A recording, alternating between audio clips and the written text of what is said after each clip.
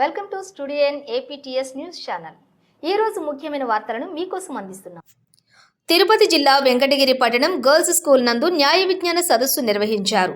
న్యాయ విజ్ఞాన సదస్సు నందు వెంకటగిరి జడ్జ్ అనూష మాట్లాడుతూ విద్యార్థులకు బాల్య వివాహ నిరోధక చట్టం 2006 గురించి వివరించారు. ఎవరైనా బాలికకు 18 ఏళ్లు నిండకుండా తక్కువ ఉన్న బాలికకు మరియు 21 ఏళ్లు నిండనటువంటి బాలురకు వివాహం చేస్తే బాల్య వివాహం కిందికి వస్తుంది. కాబట్టి సమాజంలో ఎవరైనా బాల్య వివాహాలు జరిపితే వెంటనే ఫిర్యాదు చేయాల్సిందని ఈ సందర్భంగా తెలియజేశారు. ఇలా బాల్య వివాహం చేసిన వారికి 2 సంవత్సరాల వరకు జైలు శిక్ష మరియు ₹1,00,000 వరకు జరిమానా కూడా విధించబడుతుందని తెలియపరిచారు. ఈ కార్యక్రమంలో లాయర్లు గిరిజాకుమారి, అద్దంకి గాంధీ, రాజారావు, ఏఎస్ఐ రమణ మరియు పాఠశాల సిబ్బంది పాల్గొన్నారు. ప్రాబ్లమ్కి సొల్యూషన్ ఎక్కడ వస్తుందంటే మీరు ఫస్ట్ నుంచొని ఫైట్ చేయాలి అనుకున్నప్పుడే సగం సొల్యూషన్ వచ్చేస్తుంది. అంతే కదా, దానికి సరెండర్ అయిపోయి ఇక నా జీవితం ఇంతే, నేను ఇక్కడే అయిపోతాను, నా లైఫ్ ఇంతే అనుకుంటే దానికి మీరు 100% ఫెయిల్ అయిపోయారు. కానీ ఎప్పుడైతే నేను ఫైట్ బ్యాక్ చేస్తానని నుంచుంటారు 50% విన్ అయిపోయారు. అంతే కదా, అది ఏ ప్రాబ్లం అయింది, చైల్డ్ మ్యారేజ్ అవ్వచ్చు, తర్వాత మ్యారేజ్ అవ్వచ్చు, లేకపోతే ఏమంటారు ఇంట్లో ప్రాబ్లమ్స్ అవ్వచ్చు, మీరు వర్క్ చేసే ప్లేస్లో అవ్వచ్చు, లేదా బయటకి ఎక్కడికైనా వెళ్తారు, ఎక్కడైనా అవ్వచ్చు. ఎప్పుడైతే మీరు స్టాండ్ బ్యాక్ అవుతారో ఫైట్ చేద్దామని 50% విన్ అయిపోతారు. రెస్ట్ ఆఫ్ ద 50% ఎక్కడ ఉంటుంది?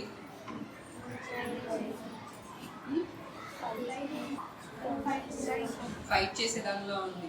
అంతేగాని రోడ్డు మీదకి వచ్చి మీడియాకి వెళ్తే సొల్యూషన్ రాదు కదా.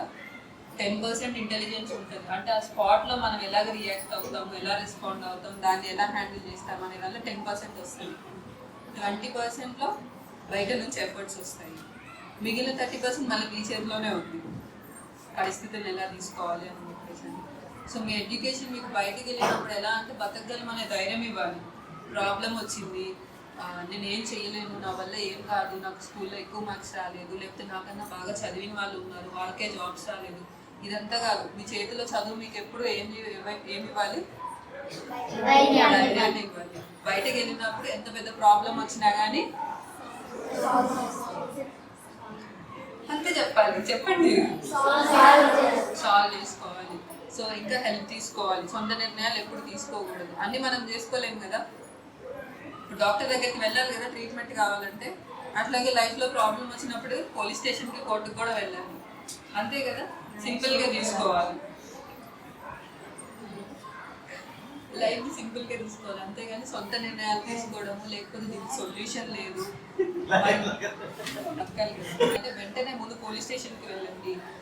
ఇంట్లో పేరెంట్స్ ఏమనుకుంటారు, బయట సొసైటీ ఏమనుకుంటుంది, లేకపోతే మన పేరెంట్స్ మనతోనే ఏమంటారు సపోర్ట్ చేయలేము, నేను ఒక్కదాన్నే ఉండాలి, ఎవరు అర్థం చేస్తారు. తప్పుడు ఆరోపణలు చేస్తే తాట తీస్తా. ఓబులాపురం.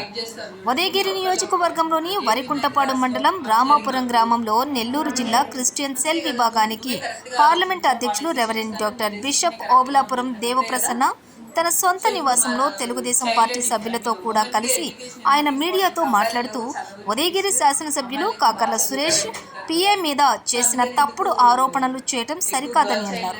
ఇక మీదట పార్టీ కార్యాలయాల మీద కానీ, కార్యాలయ సిబ్బంది మీద కానీ తప్పుడు ఆరోపణలు చేసిన వారు తగిన మూల్యం చెల్లించాల్సి ఉంటుందని, తాజాగా ఎమ్మెల్యే పిఏ మీద వచ్చినటువంటి ఆరోపణలు ఎవరు చేస్తున్నారో కూడా తెలుసు, చివరికి ఆ స్క్రిప్ట్ రాసింది ఎవరో కూడా తనకు తెలుసు అని, దాన్ని ఎవరు ఆఫీస్కు పంపారో కూడా తనకు తెలుసు అన్నారు. మీరు చేసింది తప్పుడు ఆరోపణ, చేసిన వారు ఎవరో తెలిసిన ప్రతిపక్షానికి కొమ్ము కాస్తూ ప్రతిపక్షంతో అడుగు వేస్తున్నారు అని కూడా శాసనసభ్యులు ఎందుకు కోరుకున్నారో తెలుసా? తెలుగుదేశం పార్టీ నియమ నిబద్ధతలకు లోబడి ఉందన్నారు. ఎమ్మెల్యే కాకర్ల సురేష్ ఉదయగిరి నియోజకవర్గానికి కోహినీరు వజ్రం లాంటి వాడని, ఉదయగిరి నియోజకవర్గం అభివృద్ధి ఆయన ధ్యేయమని, అది తప్ప వేరొకటి లేదు, పార్టీలకు అతీతంగా పనిచేస్తూ ఉదయగిరి నియోజకవర్గం అభివృద్ధి కొరకే పాటుపడుతున్న వ్యక్తి మన ఎమ్మెల్యే కాకర్ల సురేష్ అన్నారు. ఎవరు ఎన్ని తప్పుడు ఆరోపణలు చేసినా, ఒకవేళ ఆయన మౌనంగా ఉన్నా తెలుగుదేశం పార్టీ సభ్యులు కానీ, ఉన్నతమైన క్యాడర్లో ఉన్న ఏ ఒక్కరూ మౌనంగా ఉండే ప్రసక్తి లేదని, లేనిపోని తప్పుడు ఆరోపణలు చేస్తే తప్పుడు ఆరోపణలు చేసిన వారి తాట తీస్తామని ఆయన హెచ్చరించారు. న్యూస్ చూడండి, ఏమంటారు టీవీ మూవీస్ అంతా ఏమంటారు సినిమాకి సంబంధించిన న్యూస్ ఇట్లాంటి సెలబ్రిటీ న్యూస్ కాకుండా కొంచెం మనకి సొసైటీ మీద అవేర్నెస్ రావాలి. బయట ఎలాంటి స్కామ్స్ జరుగుతున్నాయి, ఎలాంటి స్కీమ్స్ వచ్చినాయి, అంటే పేదవాళ్ళ కోసం ఎలాంటి స్కీమ్స్ ఇస్తున్నారు, ఇందులో మనకి ఏమన్నా పనికి వస్తాయా, లేకపోతే పక్కన వాళ్ళకి మనం ఏమన్నా సలహా ఇవ్వగలమా, ఈ స్కీమ్స్ వల్ల గవర్నమెంట్ ఇచ్చేదాన్ని మనకైనా బెనిఫిట్ ఉందా, స్టూడెంట్స్కి ఏమన్నా ఎడ్యుకేషన్ లోన్ ఇస్తున్నారా, లేకపోతే ఏమైనా కన్సెషన్ వస్తుందా, లేకపోతే అబ్రాడ్ వెళ్ళడానికి ఆపర్చునిటీస్ ఇస్తున్నారా, లేకపోతే ఏమన్నా ఒకవేళ అండర్ ప్రివిలేజ్డ్ పిల్లలు ఉంటే ఏదైనా సపరేట్ కోటాలో ఏమన్నా మనకు రిజర్వేషన్ వస్తుందా, ఎక్కడ ఆపర్చునిటీస్ వస్తున్నాయని ఇదంతా న్యూస్ పేపర్లోనే వస్తుంది. సో అందరు ఏం చేయాలి, ముందు ఇప్పుడు ఏమైనా ప్రాబ్లం వస్తే ఏం చేయాలి, మళ్ళీ ఓకే అక్కడ పోలీసులు రెస్పాండ్ అవ్వకపోతే సరే దానికి ముందు లాయర్స్ దగ్గరకు కూడా వెళ్ళాం కొన్నిసార్లు, ఓకేనా? అంతే కదా, కొన్నిసార్లు ముందు లాయర్స్ దగ్గరకు కూడా వెళ్దాం, ఆ తర్వాత కోర్టు దగ్గరకు కూడా రావచ్చు, ఓకేనా? సొంత డెసిషన్స్ ఎప్పుడు తీసుకోవద్దు, భయపడేసి నేను ఏం చేయలేను, లేకపోతే దీన్ని ఇక్కడ ఎండ్ చేద్దాము.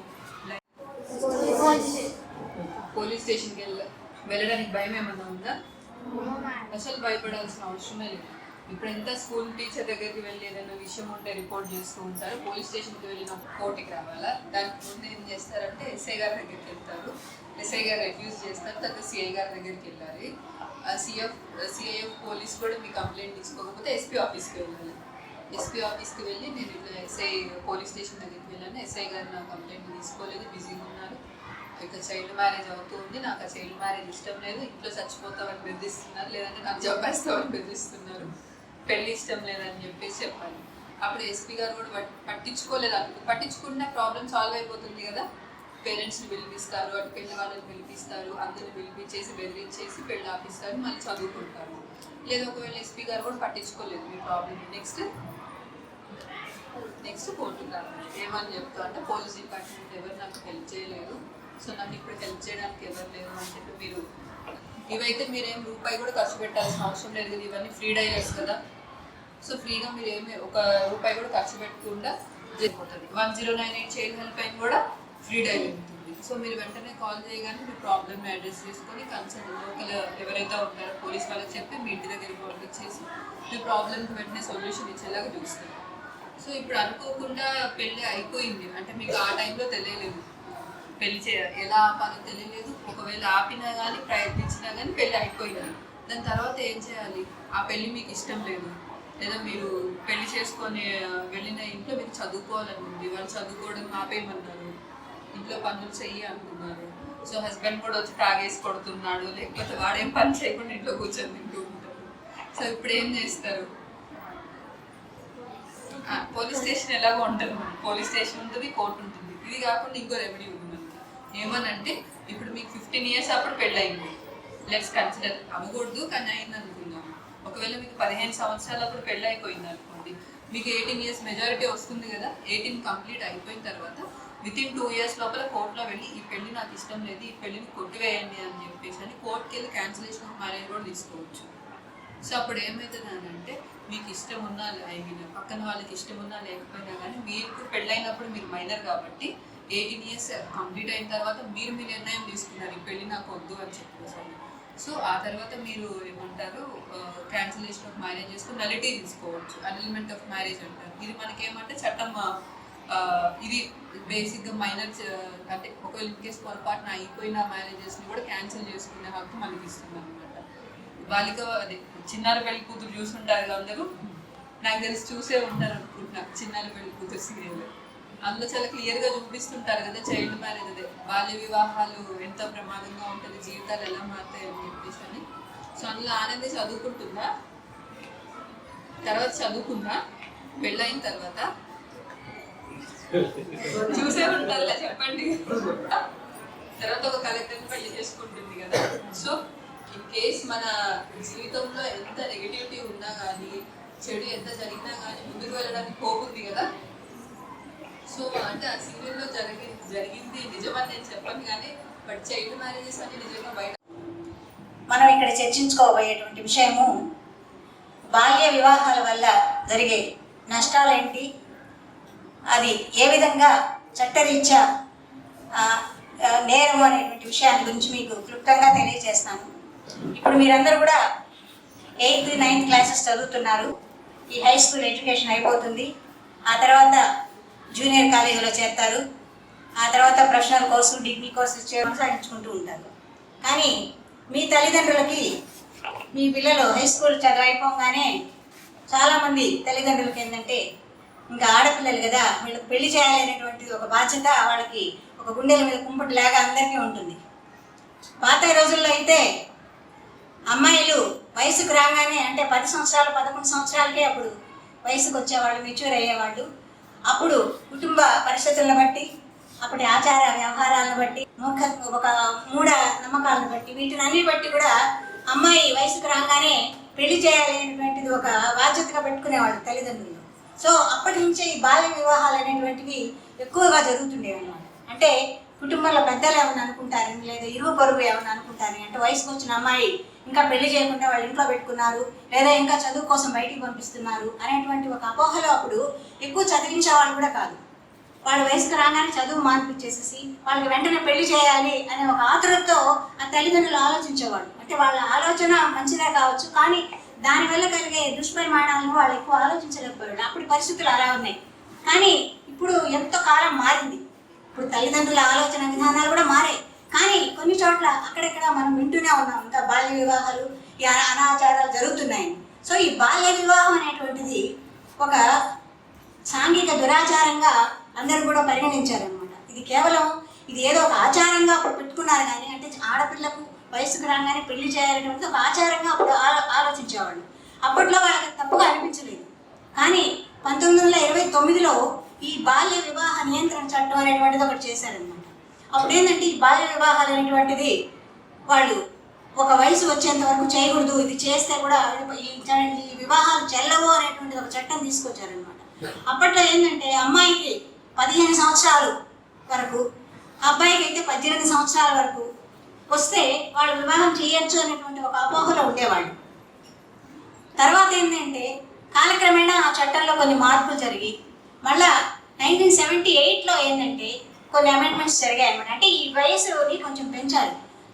అమ్మాయికి 15 సంవత్సరాల నుంచి 18 సంవత్సరాల వరకు, తర్వాత అబ్బాయికి 18 సంవత్సరాల నుంచి 21 సంవత్సరాల వరకు ఈ వివాహాన్ని చేసుకునేటువంటి ఒక వయసుగా అప్పట్లో అది చట్టరీత్యా పరిగణించారనమాట. కానీ ఈ చట్టాన్ని అమలుపరిచేది ఎప్పుడంటే మనకి అంటే ఈ చట్టం కొంతమంది ఉన్నప్పటికీ కూడా దానికి చాలా మంది అవగాహన లేకపోవడం వల్ల అటువంటి వివాహాలు ఎన్నో జరుగుతూ వచ్చాయి. జరిగిపోయిన తర్వాత కూడా అది చట్టం దృష్టికి రావడం జరిగింది. తర్వాత ఎన్నోలో దానివల్ల కొన్ని పరిణామాలు జరిగాయి అన్నమాట. తర్వాత 2006లో ఈ బాల్య వివాహ నిషేధ చట్టం అనేటువంటిది చేశారనమాట. అంటే బాల్య వివాహాలు చేయడం చట్టరీత్యా నేరం అని ఆ రోజు తరాగట్టిగా చెప్పేశారనమాట. కాబట్టి ఆడపిల్లలకు 18 సంవత్సరాలు నిండిన తర్వాతనే చట్టరీత్యా పెళ్లి చేసేటువంటి ఒక హక్కు తల్లిదండ్రులకు కానీ వాళ్ళ వెల్ విషెస్ కానీ ఉంటుంది. అదేవిధంగా అబ్బాయిలకైతే 21 క్రమశిక్షణ అంటే డిసిప్లిన్. ఇంగ్లీష్లో చేయవలసిన పని చేయాలి, చేయకూడని పని చేయకూడదు. ఈ రెండింటిలో జరిగేటప్పుడే మనకు లా అవసరం. ఒక తప్పు జరిగిపోయింది, చేయడానికి పని చేశాను, కంప్లైంట్ ఇస్తాము, మాకు ఇందుకు వచ్చినట్టుగా. ఒక మంచి పని కూడా చేస్తాం ఒక్కోసారి, అది చట్టరీత్యా తప్పు అయిపోవచ్చు. కొన్ని రాష్ట్రాల్లో బంగారు అమ్ముతూ ఉంటారు, ఇతర దేశాలు. మన దేశంలో అమ్మితే నేరం. మరి అక్కడ మనుషులు ఇక్కడ మనుషులుగా ప్రదేశాన్ని బట్టి ఆ యొక్క చట్టాలు మారుతూ ఉంటాయి. వీటికి అనుగుణంగా నడుచుకునే వాళ్ళని మానవులు అంటారు. ఎందుకంటే ఈ మానవుడికి తెలివి ఎక్కువ ఉంటుంది. ఒక స్కూల్లో ఏదైనా లెసన్ వినాలన్నా కానీ, వినకుండా ఎగ్గొట్టాలన్నా కానీ, స్కూల్కు డుమ్మా కొట్టాలన్నా కానీ, లేకపోతే స్కూల్కి రెగ్యులర్గా రావాలన్నా కానీ లేదు. అటువంటి రామాయణం వినాలన్నా, పురాణం వినాలన్నా, భగవద్గీత వినాలన్నా అన్నీ మన మనుషులమే విని దాంట్లో ఉన్నటువంటి మంచి విషయాలను సేకరించి కలెక్ట్ చేస్తాం. మంచి విషయాలు ఉంటాయి కదా. ఇప్పుడు అంగట్లోకి వెళ్ళాము, వాడు ఏ బట్టలు ఇస్తాడు, అవన్నీ తీసుకొచ్చుకుంటాం. మనం సెలెక్ట్ చేసుకొని ఆ వస్తువులన్నీ కిందే పిచ్చి ఒక్కడు కూడా తీసుకోకుండా బయటకు వెళ్ళిపోతాం. అందుకని ఒక సంవత్సరం రోజుల నుండి మనం ధరించే బట్టనే గుడ్డని క్లాత్ మనం సెలెక్ట్ చేసుకున్నప్పుడు మన నిత్య జీవితంలో ఉపయోగపడేది సమాజానికి, ఇంట్లో వాళ్ళకు అన్ని విధాలుగా ఉపయోగపడేటువంటి మంచి విషయాలను ఎందుకు సేకరించి మన మస్తిష్కంలో పెట్టుకోవాలి. ఈ రూమ్ రోజు చిమ్ముతున్నాం అనుకో, ఎలాగ ఉంటుంది, నీట్గా ఉంటుంది. రోజు స్నానం చేస్తుంటే వాసన అంటే శరీరం. అదేవిధంగా రోజు మంచి విషయాలు వింటున్నాం అనుకో, మస్తిష్కం అంటే మన బ్రెయిన్లో ఉన్నటువంటి చెడంతా డివిషన్ అయిపోతా ఉంది. మీకు ఈ విషయాలు ఎందుకు చెప్పానంటే, ఇప్పుడు ఇది లెర్నింగ్ టైం. స్కూల్లో మీరు ఇప్పుడు ఆ లెసన్ చదువుంటారు, ఆ లెసన్ చదివితే ఏమొస్తుందని ఒక అతను వెనకాల నుంచి అడుగుతున్నాడు, ఒక అమ్మాయో ఎవరో అబ్బాయి, అరే ముఖమా రేపు ఎగ్జామ్లో వస్తుంది ఇంపార్టెంట్ క్వశ్చన్ అంట. ఓహో అట్లా అని చదువుతాను. ఇక్కడ ఇంతమంది మంచి విషయాలు చెప్పేటప్పుడు మీరు వాటిని బ్రెయిన్లో రిజిస్ట్రేషన్ చేసుకొని అవసరమైనప్పుడు అప్లై చేస్తే మాత్రమే మేము చెప్పిన దానికి సార్థకం అవుతుంది. లేకపోతే అది మా సబ్జెక్ట్ మా దగ్గరికి వచ్చేస్తుంది, మీ బుర్రలో కొంచెం ఖాళీ అయిపోతుంది. ఉస్మానియాలో మినిమం రోజుకి ఒక పీజీ స్టూడెంట్ 100 ఆపరేషన్లు, మినిమం 50 తక్కువంట. 50 మందికి ఆపరేషన్ చేసేస్తారు. అంత టాప్ కాలేజీ అంటే అట్లాంటి కాలేజీలో ఈ స్కూల్ అమ్మాయి చదువుతుంది. ఉస్మానియాలో పీజీ చేస్తుంది. మీ స్కూల్ అమ్మాయి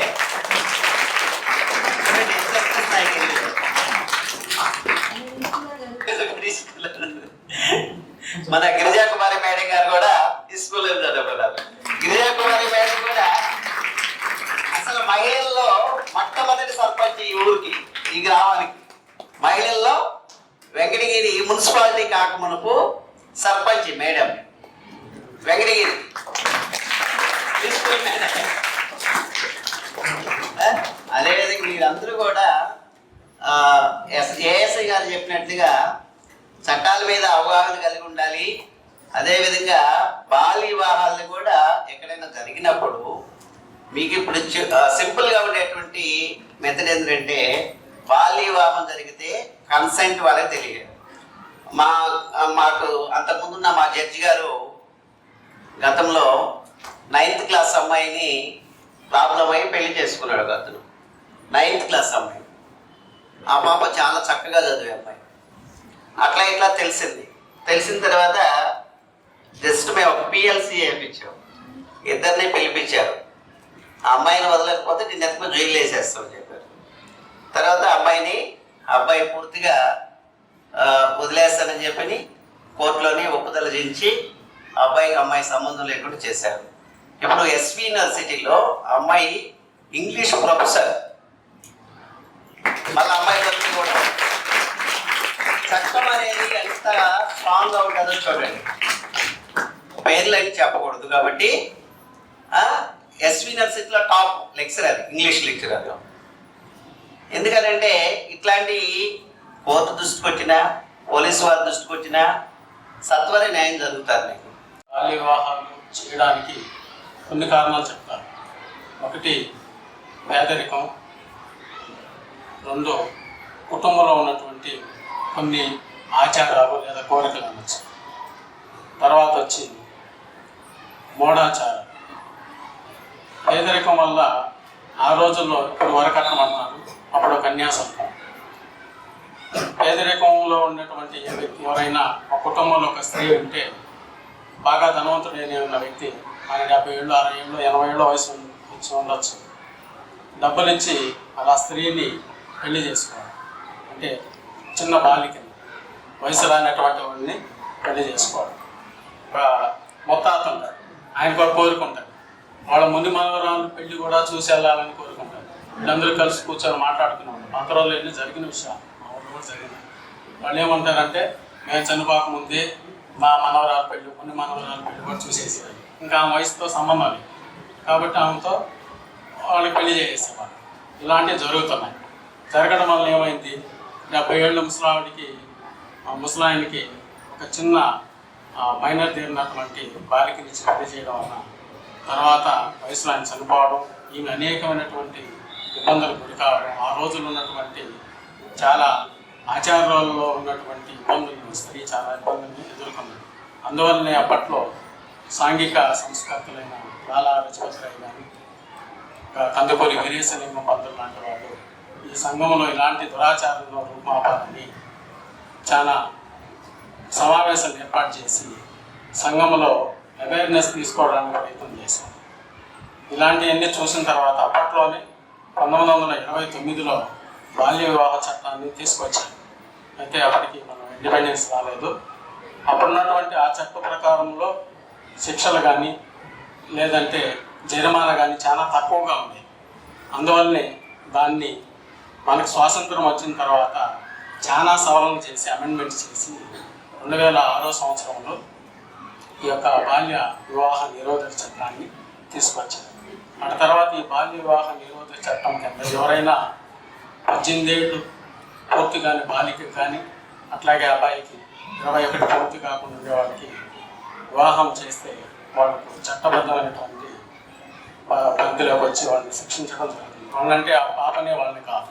ఎక్కడైనా మ్యారేజ్ జరుగుతున్నా ఆ మ్యారేజ్కి వేదిక కానీ వేదికకి ఇచ్చినటువంటి ఆ ఓనర్ కానీ చివరికి పెళ్లి చేసినటువంటి ఆ వేద పండితుడైనా సరే ఈ చట్టం కిందకి వస్తారు. వాళ్ళందరూ కూడా అరెస్ట్ కావాల్సి వస్తారు. ఇది తెలిసి కావాలని చేస్తే ఇట్లా దీంట్లో ఒక ఎగ్జామ్షన్ ఏంటంటే మహిళలను అరెస్ట్ చేయడం. దాంట్లో ఎవరైనా ఒకవేళ పెళ్లి జరిగింది, ఒక అమ్మాయిని బలవంతంగా భయపించి పెళ్లి చేశారు, అమ్మాయికి 18 ఏళ్ళు పూర్తి కానీ తర్వాత ఆమెకు తెలిసి ఆమె ఎలాగో తెలుసుకొని నేరుగా కోర్టుకు వచ్చి కంప్లైంట్ చేయొచ్చు. మన జడ్జి గారికి ఇవ్వచ్చు. ఇస్తే దాని మీద జడ్జి గారు కేసు కూడా రిజిస్టర్ చేసి సంబంధిత బాధితుల నుంచి మరణం కూడా ఇచ్చేదానికి చట్టంలో ఒక అవకాశాన్ని కల్పించున్నారు. అయితే గ్రామ స్థాయిలో ఉండేటువంటి గ్రామ ప్రెసిడెంట్ ఈ బాల్య వివాహ నిరోధక చట్టంకి దానిలో కమిటీలో గ్రామ ప్రెసిడెంట్ చైర్మన్గా ఉంటారు. అక్కడే ఉన్నటువంటి ఇప్పుడు మనకి ప్రతి ఊర్లో అంగన్వాడీ కేంద్రాలు ఉన్నాయి, వాళ్ళు కన్వీనర్లుగా ఉంటారు. వాళ్ళన్నీ ఎన్ని రికార్డ్ చేయొచ్చు. రికార్డ్ చేసి ఇలాంటి సందర్భాలు ఎక్కడైనా ఉంటే వెంటనే సంబంధించినటువంటి పోలీస్ స్టేషన్కి లేదా ఇప్పుడు వెంటనే చెప్పాలా, వెంటనే వివాహం అయిపోతుందంటే ఇప్పుడు చెప్తున్నాం కదా 100 డైల్ చేయండి, ఇలాంటివి కూడా కంప్లైంట్ చేయొచ్చు. తర్వాత మండల స్థాయిలో తహసీల్దార్ వారు, అలాగే డిస్ట్రిక్ట్ స్థాయిలో కలెక్టర్ వారు, రాష్ట్ర స్థాయిలో నోడల్ అధికారులు ఉన్నారు.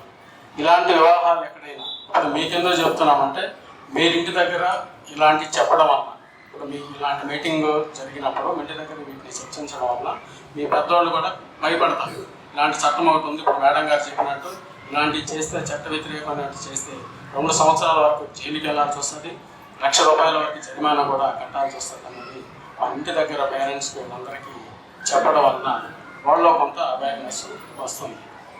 కాబట్టి మీరు అయితే ప్రతిదానికి ఆ రోజులకి పాత రోజులకి ఇప్పటికి ఉన్న తేడా ఏంటంటే అప్పట్లో అక్షరాస్యత శాతం చాలా తక్కువ. ఇప్పుడు పేదలు కానీ అందరూ చదివిస్తున్నారు, అందరికీ అన్ని అవకాశాలు ఇచ్చారు. బాగా చదువుకొని మంచి స్థాయిలో ఉన్నప్పుడు ఈ మూఢాచారాలు కానీ ఇవి కూడా చాలా వరకు తగ్గిపోతాయి, బాల్య వివాహాలు కూడా తగ్గిపోతాయి. కాబట్టి మీరందరూ బాగా చదువుకొని ఈ చట్టాలన్నింటినీ కూడా అవగాహన చేసుకొని మీ నిత్య జీవితంలో ఉపయోగించుకోవాలని కోరుకుంటూ సెలవు చేస్తాను. వివాహం అంటే బాల్య వివాహాల గురించి ఈరోజు మీ అందరితో తెలుస్తున్నాం. బాల్య వివాహాలు చట్టరీత్యా నేరము అనే దాని మీద ఈరోజు మీ అందరికీ అవేర్నెస్ తెలియజేయడం కొరగా ఇక్కడ మన వెంకటగిరి న్యాయమూర్తి గారు అయినటువంటి అనుష మేడం గారు, అదేవిధంగా గిరిజాకుమారి మేడం గారు, గాంధీ గారు, తర్వాత పోలీస్ సిబ్బంది రమణయ్య సార్, అందరూ నిత్య జీవితంలో ప్రతిరోజు కూడా ఒక జడ్జి గారు మన ముందుకు వచ్చి బాల్య వివాహాల చట్టాల గురించి మనకు చర్చించారు. మన వాటికి అనుగుణంగా ఉండాలి, లైఫ్లో మంచి జీవితాన్ని అనుభవించాలనేటువంటి ఉద్దేశంతోనే ఈ చట్టాల గురించి చెప్పాము. మేడం గారు గిరిజాకుమారి గారు చెప్పినట్లు చిన్న వయసులో మ్యారేజెస్ చేసుకుంటే పిల్లలే కాకుండా శారీరకంగా కూడా చాలా ఇబ్బందులు ఉంటాయి. అదేవిధంగా శారీరకంగా ఇబ్బందులు ఉండడమే కాకుండా పెద్ద వయసు వాళ్ళకి చిన్నపిల్లలు ఇచ్చేసేయడం, అలాంటప్పుడు వాళ్ళకి సరైన ఆధారం నుండి ఇద్దరు చక్కగా ఉంటే పర్వాలేదు. వీళ్ళకి 25 సంవత్సరాలు 30 సంవత్సరాలు వచ్చేటప్పటికి ఈ బాల్య వివాహం చేసుకున్నటువంటి పాప 20 సంవత్సరాలకు, భర్త 60 సంవత్సరాలకు, 70 సంవత్సరాలు ఆయన వయసు ఉంది, వాళ్ళకి ఏదన్నా ఉండి లైఫ్ రిస్క్ చనిపోయారు అనుకోండి, ఇవి ఇంకా ఎన్ని సంవత్సరాలు బతకాలి? దాదాపు 40 సంవత్సరాలు బతకాలి లేదా 60 సంవత్సరాలు బతకాలి. ఆమె సమాజంలో ఎలా చూస్తారు? తక్కువగా చూస్తారు. ఆమెకు ఆదరణ ఉండదు, తోడు ఉండదు, చాలా ఇబ్బందులకి గురవుతారు. బాల్య వివాహం చేసుకోవడం వల్ల అలాంటి దుష్పరిణామాలు ఏర్పడతాయి. అదేవిధంగా కూడా పిల్లలు కూడా చక్కగా పుట్టరు. అందువల్ల బాల్య వివాహం అనేది చట్టరీతి నేరము అని ఎందుకు ఉద్దేశించారంటే, స్త్రీ యొక్క గొప్పదనానికి, సమాజంలో స్త్రీ ఎంత స్థాయికి ఎదగాలి అనే ఉద్దేశంతోనే ఈ చట్టాన్ని ప్రతిష్టంగా చేశారు. అదేవిధంగా మీకు తెలుసు, రాష్ట్రపతి ద్రౌపది ముర్ము, అదేవిధంగా నిర్మలా సీతారామన్ చూసుకోండి. తర్వాత క్రికెటర్లు కూడా లేడీస్ ఇప్పుడు చాలా చక్కగా ఆడుతున్నారు. క్రికెటర్లు కూడా చాలా దృఢంగా ఉన్నారు. అట్లాగా మీరు కూడా మానసికంగా దృఢంగా ఉంటారు. ఎప్పుడు వస్తుందంటే, బాగా చదువుకున్న వాళ్ళు కాస్త తక్కువగాను, చాలా సమాజంలో వాళ్ళు పెద్ద పోజులు పడరు. బాగా చదువుకున్న వాళ్ళు పడతారు. అలాగ మంచిగా చదువుకున్నారనుకోండి, బాగా చదువుకుంటే కమ్ముగా ఉన్నారు. బాగా చదువుకున్న వాళ్ళు అంటే అవతల వాళ్ళకి ఎక్కడో పడిపోయి ఉంటారు. ఎప్పుడో ముందుగానే సిద్ధం చేసేసి ఉంటారు. బాగా చదువుకుంటే సమాజంలో ఉన్నటువంటి మన మీద దాడి చేసేటువంటి వ్యక్తులకి ఎక్కడో రాసి పెట్టేసి ఉంటాం ముందుగానే. అంటే బాగా చదువుకుంటే, ఈ చదువుకున్నప్పుడు సమాజంలో దేన్నైనా ఎదిరించేటువంటి కెపాసిటీ ఉంటుంది. మీరందరూ కూడా మంచి చక్కనైన ఎడ్యుకేషన్ ఆశిస్తారనుకుంటున్నాను.